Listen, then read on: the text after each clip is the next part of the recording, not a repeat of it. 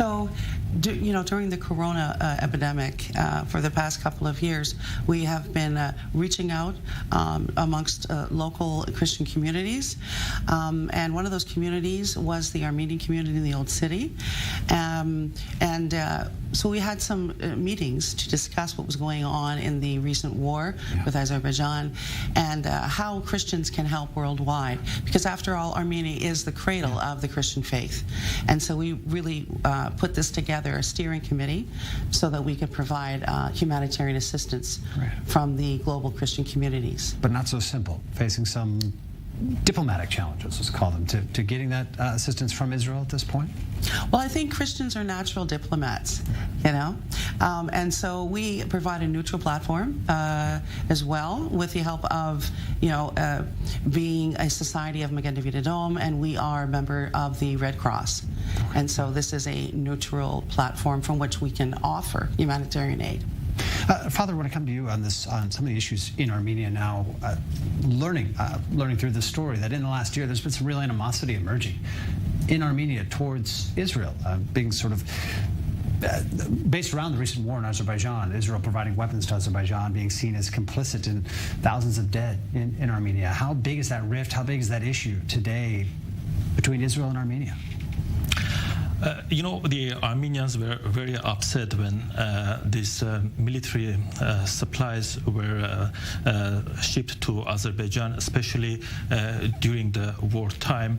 I have to tell something, a very important point. In Armenia, there have never been anti-Semitism. Even during the Soviet Union era, some Jews were fleeing from their countries where there was anti-Semitism to find a safe haven in Armenia, and they settled in Armenia, especially in the 60s, 70s, and they really enjoyed there and lived there without any anti-Semitism.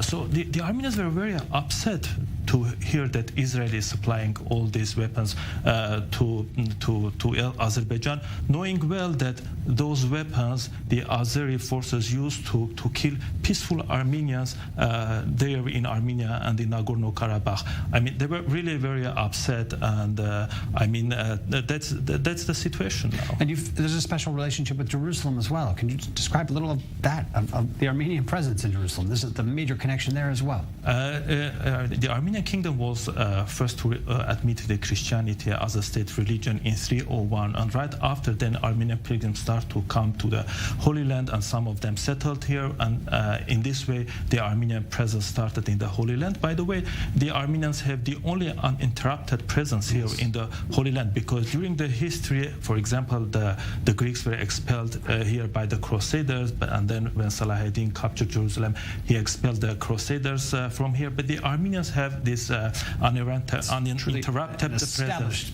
Yeah, exactly. Yeah. And that presence really made some privileges to Armenians, like to have ownership in the Dominical holy places and to be one of the three major communities of status quo. And this really gives some, as I said, advantages for the Armenian church here. And it's not an accident that the Armenians have ownership in the major holy places. And that's why, I mean, for the Armenians, Jerusalem is like a spiritual homeland. Well, given all this and this special relationship that you're describing here, and coming back to the organization and what you're doing, are you finding you're bridging the gaps even between the countries at this point? Not only between the countries, but also between different Christian denominations. Oh, wow. On our board, we have Jews and Christians of different denominations, and from there, we're developing a unique family who's reaching out from the heart of Jerusalem to the heart of Armenians, and also just to honor, again, the birthplace, really, of the Christian faith.